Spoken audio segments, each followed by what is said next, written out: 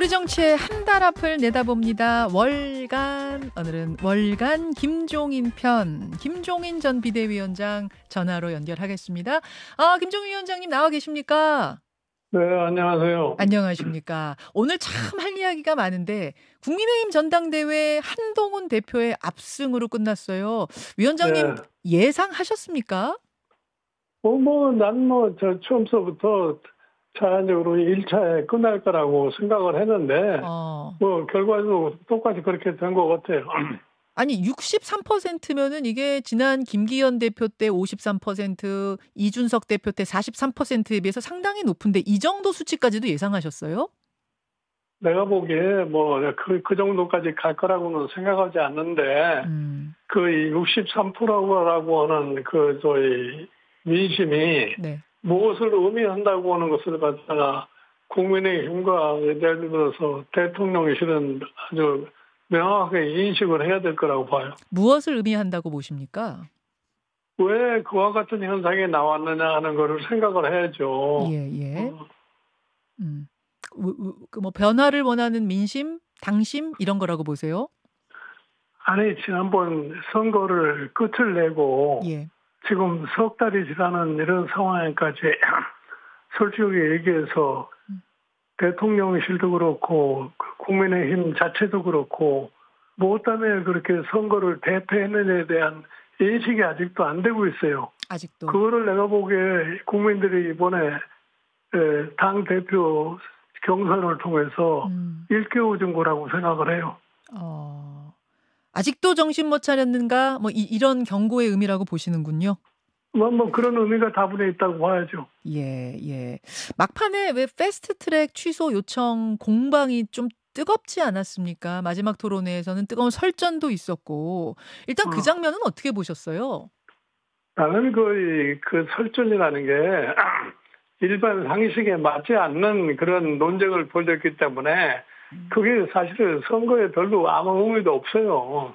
아무 영향이 없었어요. 네. 그러니까 내가 늘 얘기하지만 상대방을 자꾸 비방하는 거 가지고서 자신의 소위 득표를 하려고 하는 그런 사고방식 가지고는 선거에 판판을 칠 수밖에 없다고. 그 말씀은 자꾸 왜 이재명 구속시키지 못했냐 법무부 장관일 때 이걸로 공격이 들어가서 그걸 방어하다가 나온 것이다 보니 그 맥락을 아는 국민들 입장에서는 그게 통하지 않았다 그 말씀이신 거군요. 당연하죠. 지금 사실은 당원도 그렇고 국민도 그렇고 지금 국민의힘의 소위 대표 출마했던 사람보다 더 현명한 사람들이에요. 그 사람들이 상황 판단을 제대로 하고 있는데 아니 한동훈 장관이 이재명 대표 구속을 자기가 시키고 싶지 않아서 못한 건 아니라고. 근데 그걸 갖다가 물어본다는 자체가 내가 보기에는 상식밖에 일이라고는 생각한다. 알겠습니다. 그러다 보니까 그 반격 과정에서 나온 그 패스트트랙 공방도 변수가 되지 못했다. 이렇게. 당연한 거죠. 그리고 예를 들어서 그게 사실은 패스트트랙 문제를 갖다가 공소시효를 얘기를 하려면은 그동안 소위 윤석열 대통령께서 사면을 몇 번 했는데 그때 공식적으로 대통령에게 그 문제를 사면을 하려고 요청을 해서 대통령이 결심할 사항이지 그 법무장관이 그 사항이 아니라고 나는 생각을 해요. 하지만 어쨌든 당원들의 감정선을 건드린 거 아니야? 이런 얘기는 있었잖아요. 내가 보기에는 그게 당원들도 너무 잘 알고 있어요. 그러니까 그게 무슨 굉장히 큰 효과를 볼 것 같이 생각을 했는데 오히려 나는 그 보기에 마이너스 효과가 났다고 봐요. 나경원 후보한테 마이너스였다고 보세요. 그렇게 보시는군요. 알겠습니다. 여하튼 이런 배경 속에서 한동훈 대표가 압승을 했습니다. 이제 새로운 당대표로서 지도부와 함께 당을 꾸려가야 할 텐데 최고위원으로 선출된 분들 면면을 보니까 친한계가 한 절반 정도, 친윤계가 절반 정도입니다. 그래서 벌써 첫날부터 어떤 얘기가 나왔냐면 친윤계 최고위원으로부터 당대표가 국회 일에 이래라 저래라 할 게 아니다. 그리고 원내대표가 적어도 국회 일에 있어서는 원내대표가 당대표보다 우위에 있다. 이런 이야기 나왔습니다. 이 분위기는 어떻게 보셨어요? 그거는 나는 웃기는 얘기라고 생각을 해요. 웃기는 얘기입니까? 네, 당은 대표 체제하에서 운영이 되는 거지. 원내대표도 국민의힘의 원내대표지 뭐 따로 떨어지는 원내대표가 아니라고요. 그런데 그런 뚱딴이 같은 소리를 해가지고서 무슨 목적을 위해서 그런 얘기를 했는지 모르지만 그 상식 밖의 얘기를 하는 거라고 봐요. 아, 상식 밖의 얘기. 근데 어제 김재원 최고위원은 이 자리에서 뭐라고 했냐면 당헌 당규에 그렇게 돼 있다. 원내일은로 당론으로 정해지면은 당대표도 이견을 달 수 없다. 이렇게 돼 있다고 하던데요. 아니 이건 당론으로 정해진 다음에 뭐 얘기를 하는 문제지.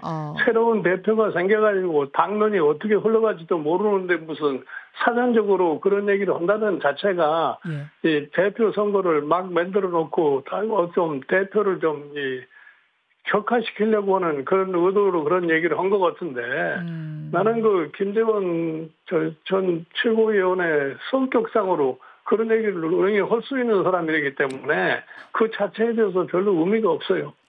아니, 그분 성격이 어떠신데요? 성격 좋으시지 않아요? 아니요, 솔직히 얘기해서 지금 국민의힘은 뭐로 생각해야 되냐면은 지난 2016년, 2020년, 이번 2022년 왜 선거에서 수도권에서 이렇게 참패를 당했느냐. 이거에 대한 평가를 냉정히 할 줄 알아야 돼요. 그거를 못하고서는 내가 보기에 당이 새롭게 나가기가 굉장히 힘들 거라고 봐요. 왜 참패했습니까? 왜입니까?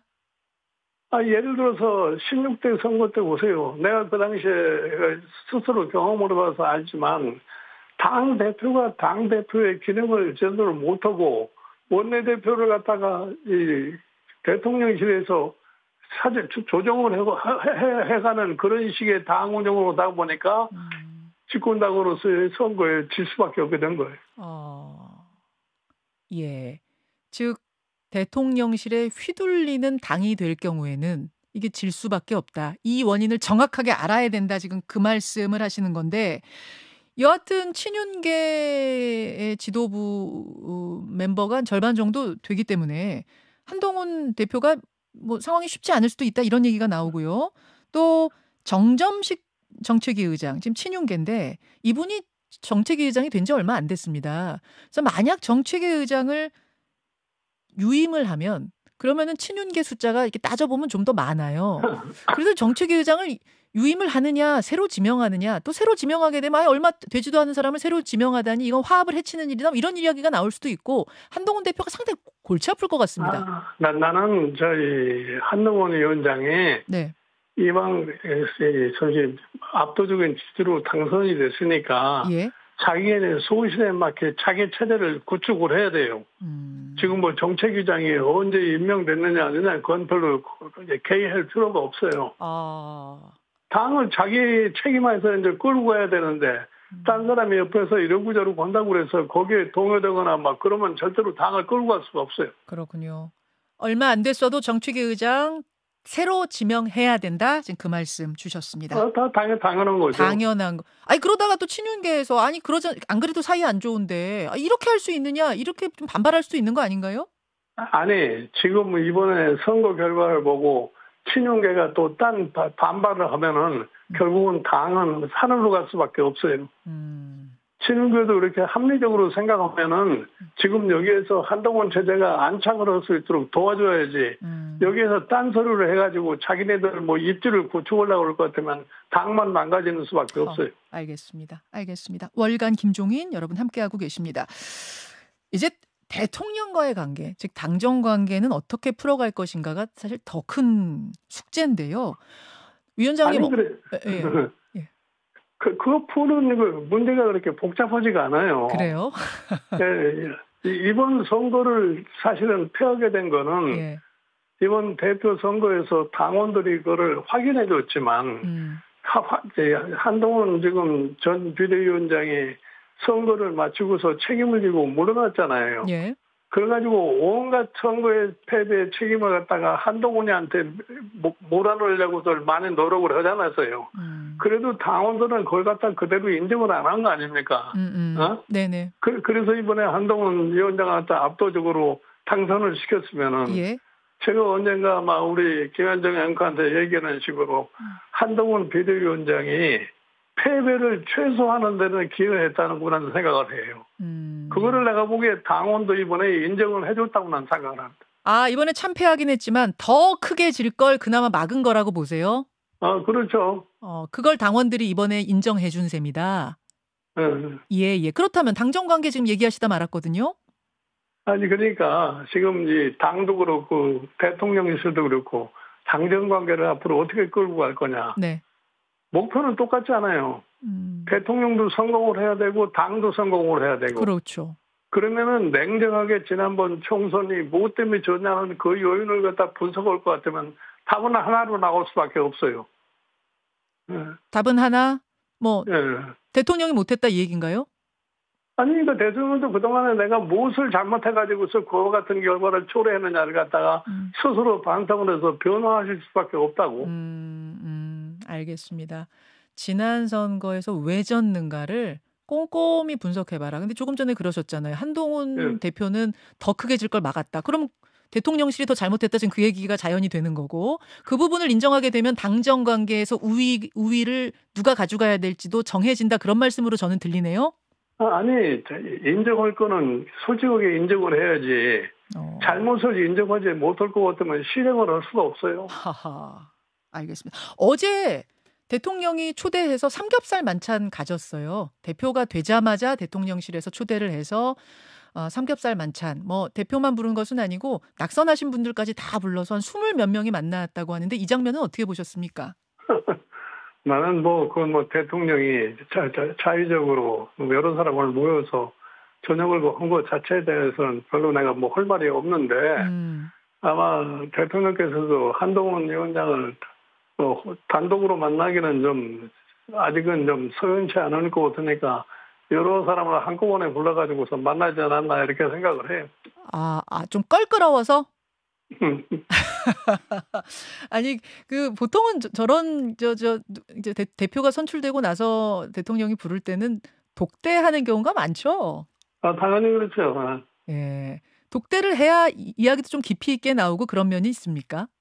그건 이제 지금 일단은 그동안에 서먹서먹 관계를 갖다가 어저께 만찬을 통해서 어느 정도 부드럽게 만들고 앞으로 결국 가서는 한동훈 대표하고 대통령이 만나서 조율을 잘 할 수 있을 거라고 봐요. 예. 어제는 일단은 좀 껄끄러우니까 중간 단계 정도로 여럿을 부른 거 아니냐 그렇게 지금 말씀을 하시는 것 같습니다. 지금 사진도 보여드리고 있어요. 어제 삼겹살 만찬 사진. 거기에 눈에 띄는 사람이 낙선하신 분들, 원희룡, 나경원, 윤상현 이런 분들 얼굴이 보이는데 이 낙선자분들께 조언을 해주신다면요. 특히 원희룡 전 장관. 다른 두 사람이야 원내에 있는 의원직으로 활동을 하면 되지만 원희룡 전 장관은 지금 이제 2번 연속으로 실패해서요. 뭐라고 조언해 주시겠어요?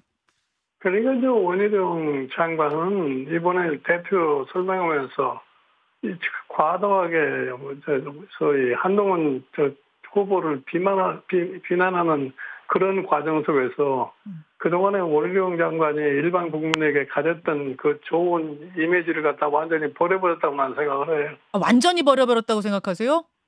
난 그렇게 생각해요. 나도 사실은 원희룡 위원장, 전 의원하고 관계가 굉장히 좋고 오랜 동안 내가 친교를 유지했던 사람인데 예. 이번에 원희룡 원장의 태도를 보고서 어떻게 저렇게 됐나 하는 생각할 정도였어요. 그 말씀은 원래의 그분과 달리 좀 네거티브 방식이라든지 이런 것에 대해서 말씀하시는 걸까요? 그러니까 지금 처음서부터 안 되는 소위 경선을 하려다가 보니까 상당한 무리수를 둘 수밖에 없었다고 난 봐요. 무리수를 뒀다. 만약 조언을 해왔다면은 비대위원장님은 김종인 위원장님은 나가지 말라고 하셨을 거예요? 나는 솔직히 해서 나한테 물어봤으면 나가지 말라고 그랬을 거예요. 알겠습니다. 처음부터 예를 들어서 과거처럼 윤심을 가지고서 당 대표가 될 수 있을 거라고 그런 착각을 갖다 하지 말았어야 되는 거죠. 착각을 했다. 그럼 어쨌든 결과는 나왔는데 이제 어떻게 합니까? 방법이 없는 거죠. 스스로 극복할 수밖에 없지 뭐. 예. 알겠습니다. 나경원 의원은 크게 손해본 건 없는 건가요? 어떤가요? 글쎄, 난 그분에 대해서는 내가 얘기하고 싶지가 않은데, 예? 예. 내가 지난번에 뭐 한판 승부에서 예. 나가서 뭐 얘기를 했더니 또 그걸 가지고서 뭐 자기 뭐 SNS에 글을 올리고 했더라고요. 아, 그런 일이 있었습니까? 그래서 김종인을 극복을 해야지 보수가 된다는 이딴 소리를 했는데 나는 뭐 그 말 자체가 별로 큰 의미가 있다고 생각하지 않아요. 예. 별로 나경원 의원 언급은 하고 싶으시지 않은 것 같아서 그러면 아니 뭐 넘어갈게요. 그분은 내가 뭐 한두 번 경험해본 것도 아니고 2011년 서울시장 선거에도 출마를 했었었고 그다음에 지난번 2021년 보궐선거 때도 예. 오세훈 예. 경쟁에서 출마도 해봤고 그다음에 2021년 이준석 당대표로 선거에서도 출마를 해봤고 네. 모든 선거에 빠져본 적이 없는 분이에요. 그러나 내가 보기에는 그때도 그렇고 이 상황 판단이라고 보는 것이 과연 옳은가 하는 것에 대한 회의를 가진 사람인데 예를 들어서 말씀을 드리면은 2021년 서울시장 보궐선거 소위 당 경선을 할 적에 예. 내가 찾아와서길래 내가 이런 얘기를 했어요. 지금 이 선거를 이기려면은 중도층이 굉장히 중요한 거다 이렇게 얘기를 했더니 뭐라고 밖에 나가서 얘기를 했냐면 중도라는 거는 짜장면에다 짬뽕을 부으는 게 중도라고 이런 표현을 했더라고. 그런 식으로 상황 판단을 하니까 승리를 할 수가 없는 거예요. 알겠습니다. 홍준표 대구시장 같은 경우에는 한동훈 후보의 당선 가능성을 굉장히 낮게 봤고 돼선 안 된다라는 입장을 쭉 견지하다가 한동훈 대표가 되고 나서는 이제 당분간은 좀 중앙 정치에 훈수 두진 않겠다라는 이런 취지의 SNS도 올리고 했거든요. 어떻게 보셨어요? 그건 뭐 본인 개인의 사정이니까 그동안에 하는 뭐 아주 굉장히 독한 표현으로다가 한동훈 지금 대표를 공격을 했다가 한동훈 대표가 압도적으로 당선이 되니까 별로 할 말이 없으니까 이제 그런 체제를 취할 수밖에 없는 거죠. 여전히 두 사람은 라이벌 관계라고 보십니까? 대권을 향한? 내가 보기에는 뭐 라이벌 관계가 될 수가 없을 거예요. 왜요? 내가 보기에는 이번 대표 선거를 갖다 보니까 당원들도 그렇고 일반 국민도 그렇고 이제는 정치의 세대 교체가 절대로 필요하다는 걸 다 확인해 준 거라고요. 세대 교체의 확인이었다라고까지 보세요? 나는 그렇게 봐요. 네. 그러니까 73년생 한동훈 대표의 선전은 그냥 한동훈이란 인물을 넘어서 정치의 세대 교체를 원하는 민심까지 반영된 거다라고까지 보세요. 나는 지금 그 국민들이 여러 번 선거를 경험을 해보고 이 국민의힘의 과거를 쭉 추적을 해봤을 적에 이제는 과거식으로 해서는 안 되겠다 이런 생각을 했기 때문에 새롭고 좀 발랄하고 한 사람이 대표가 되겠다고 생각해서 이번에는 한동훈 대표에 대해서 압도적인 지지를 하지 않았나 이렇게 생각을 해요. 그렇게 보시는군요. 알겠습니다. 홍준표 시장 이야기까지 좀 나눠봤고 그 최상병 특검법이 한동훈 대표가 풀어야 될 가장 앞에 있는 숙제 같습니다. 일단은 대통령실하고 한동훈 대표의 입장이 좀 달라요. 대통령실은 공수처 수사까지 보자는 거고 한동훈 대표는 제3자가 특검 추천하는 방식이라면 이거는 좀 수용할 수 있지 않겠느냐는 입장을 여전히 견지하고 있는데 이 부분은 어떻게 보십니까? 그건 뭐 한동훈 대표가 얘기하다시피 당론 조정 과정을 거쳐가지고서 무엇이 가장 합리적인가를 판단할 거라고 나는 생각을 해요. 그리고 사실은 이 최상병 특검법을 갖다 가지고 일부 당 쪽에서 무슨 최상병 특검법 이코로 탄핵이라는 이런 공식을 가지고 있는데 그 공식 자체가 잘못됐다고 나는 생각을 해요. 왜 여당 스스로가 왜 탄핵을 갖다가 자꾸 거론을 하냐니.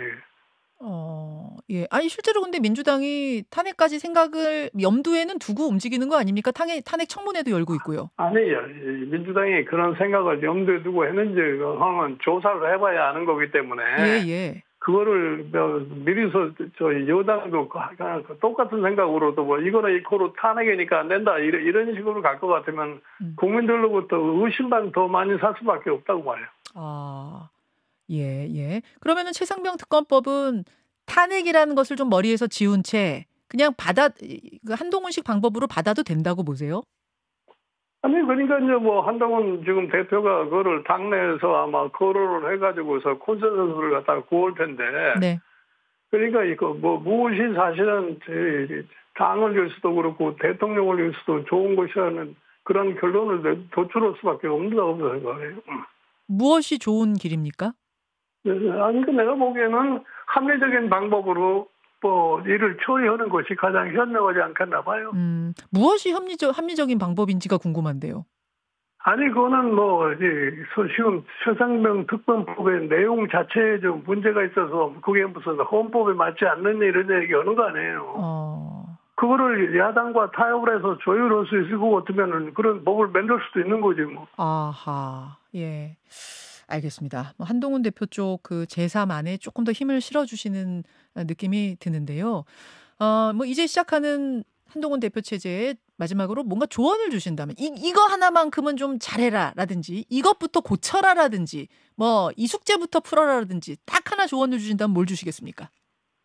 나는 솔직히 해서 한동훈 위원장이 이번에 저 대표 수락 연설에서도 무슨 얘기를 한 거를 자세하게 들어봤는데 예. 아직은 지금 우리 상황에 대한 명확한 인식을 지금 못하고 있지 않나 이렇게 생각을 해요.